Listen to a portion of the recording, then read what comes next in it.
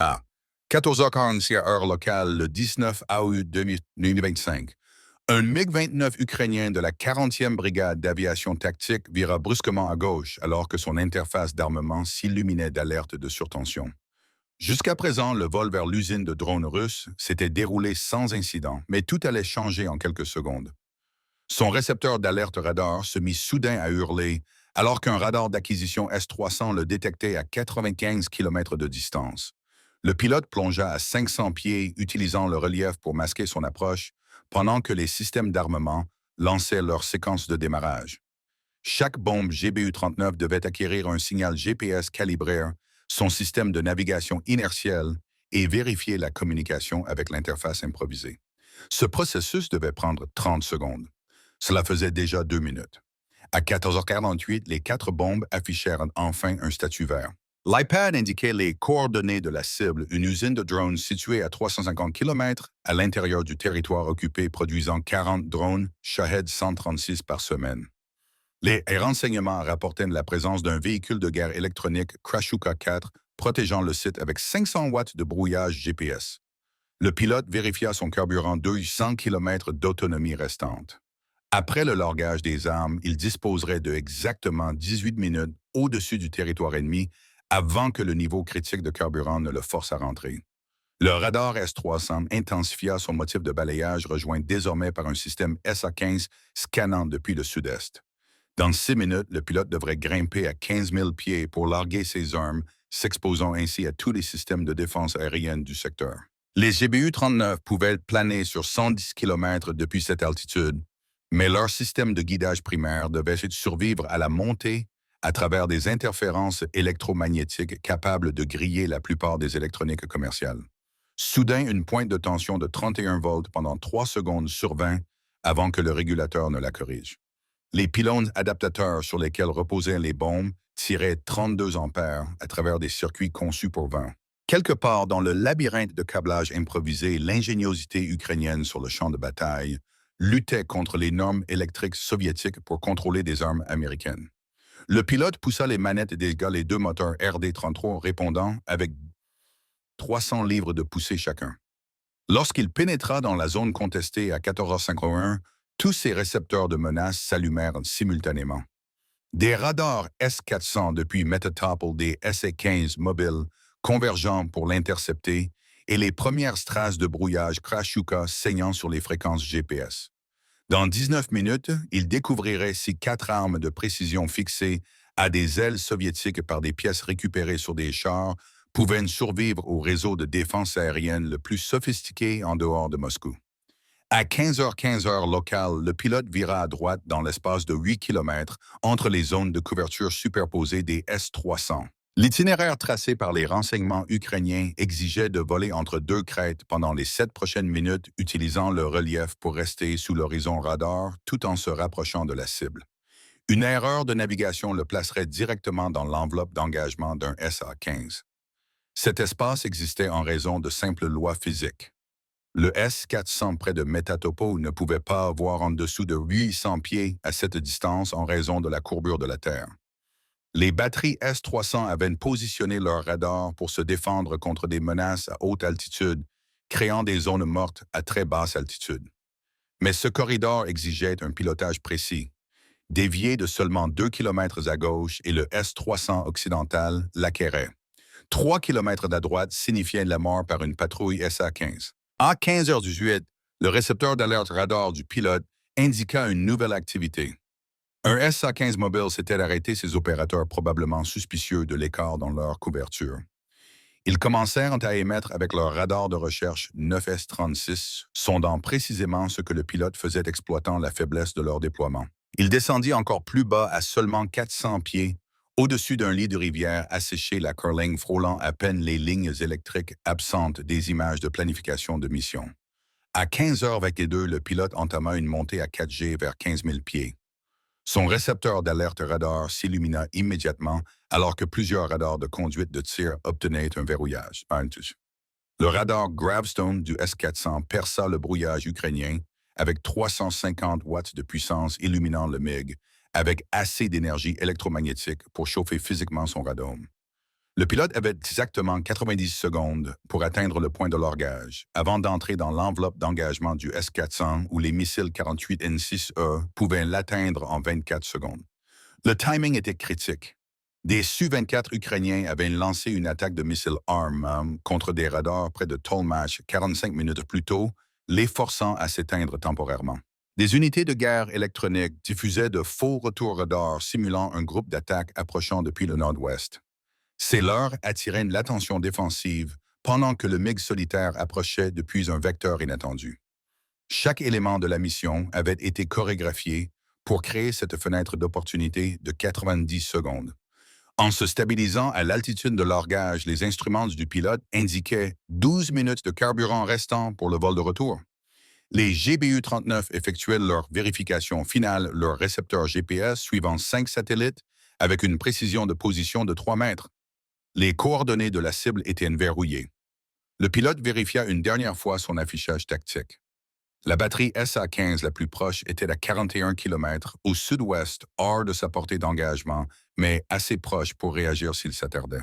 Les émissions radar du S-400 indiquaient que la batterie se préparait à tirer, mais les lois de la physique dictaient que leur missile arriverait 30 secondes après le largage des armes.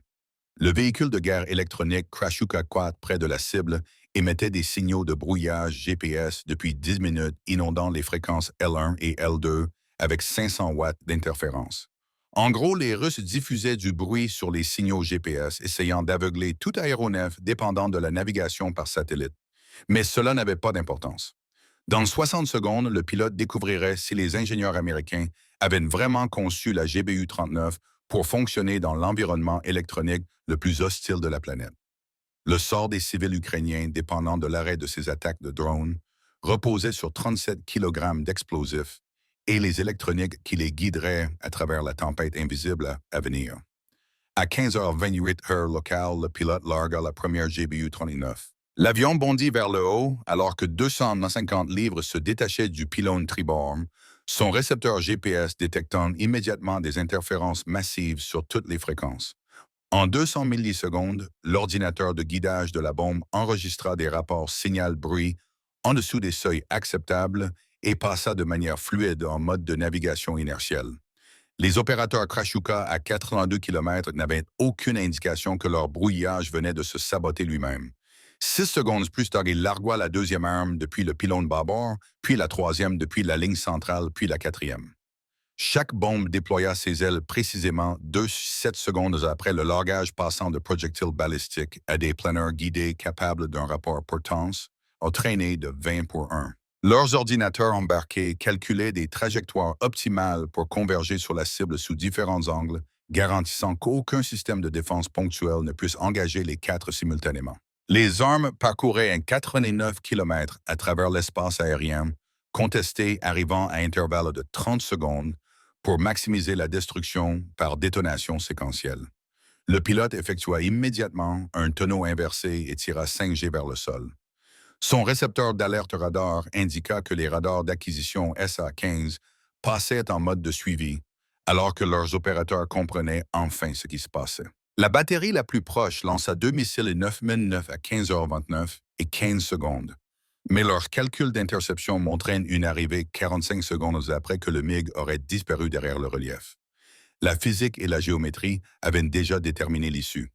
Les missiles poursuivraient une cible qui disparaîtrait dans le fouillis de sol avant qu'ils ne puissent réduire la distance. Pendant ce temps, les GBU-39 suivaient leur route programmée à 180 mètres par seconde. Chaque ordinateur de bombe effectuait des mises à jour de navigation 20 fois par seconde, comparant les données des accéléromètres avec des points de repère préprogrammés stockés dans une mémoire durcie. Lorsque les signaux GPS pénétrèrent brièvement le brouillage à 15h31, les armes mirent à jour leur position et confirmèrent qu'elles restaient à moins de 8 mètres de leur trajectoire prévue. La navigation uniquement inertielle avait maintenu une précision suffisante malgré un environnement de guerre électronique des plus intenses au monde. La première bombe acquit sa cible à 15h32 et 44 secondes.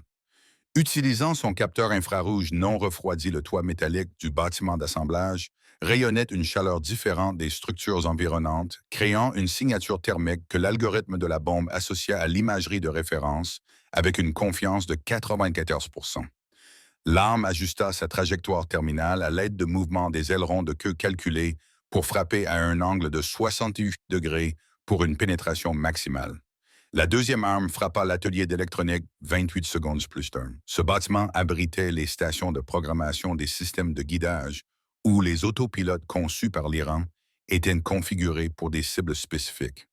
Sans cette capacité, les drones terminés devenaient de coûteux modèles réduits incapables de frappe précise. La bombe pénétra le toit renforcé et explosa parmi les établis chargés de circuits imprimés, d'ordinateurs portables et d'équipements de programmation. L'onde de surpression détruisit les électroniques délicates dans tout le complexe, tandis que les fragments déchiquetèrent tout ce qui avait survécu à l'explosion initiale.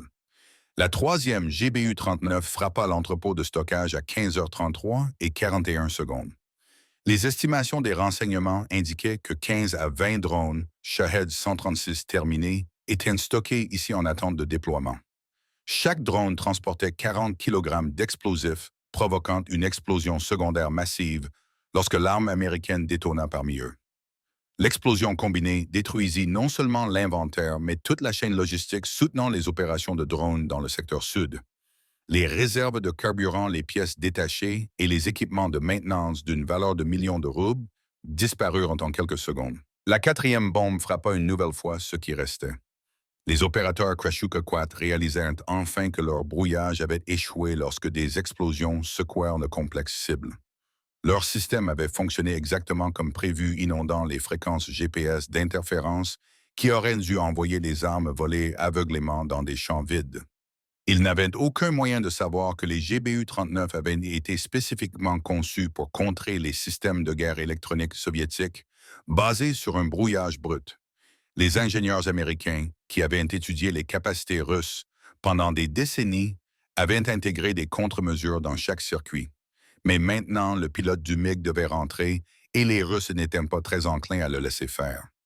À 15h34 heure locale, le pilote se stabilisa à 400 pieds au-dessus du sol avec 750 kg de carburant restant. Son ordinateur tactique indiquait 180 km jusqu'à l'espace aérien ukrainien, soit 12 minutes de vol s'il maintenait des réglages de croisière optimaux.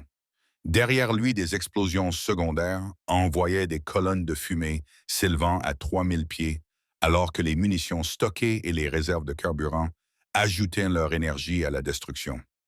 Le récepteur d'alerte radar SP-015 affichait plusieurs lancements de missiles depuis des batteries SA-15, alors qu'il tentait de l'intercepter pendant son départ. Leur missile 9M9 accélérait à Mach 2.8 en quelques secondes, mais le pilote avait une longueur d'avance. À sa vitesse et altitude actuelle, les reliefs masqueraient sa position avant que les missiles ne puissent se rapprocher de leur portée effective de 15 km. La vallée fluviale devant lui offrait un bouclier radar naturel qui briserait leur verrouillage en 45 secondes. Les commandants de la défense aérienne russe orientèrent 2 chasseurs Su-35S depuis Berdyansk pour l'intercepter, mais la géométrie jouait contre eux. Les chasseurs avaient besoin de 8 minutes pour atteindre la position actuelle du MiG, moment où il serait 75 km plus près de l'espace aérien ami. Leur missile R-77 avait une excellente portée, mais acquérir une cible volant à 400 pieds à travers le fouillis de sol poussait les capacités de leur radar. Le pilote maintint sa trajectoire, sachant que grimper ne ferait que le rendre plus facile à suivre. À 15h38, il traversa la rivière Moloknai en direction du sud-ouest vers la mer d'Azov. Cette caractéristique géographique marquait la limite de la couverture radar russe efficace en raison du masquage par le relief.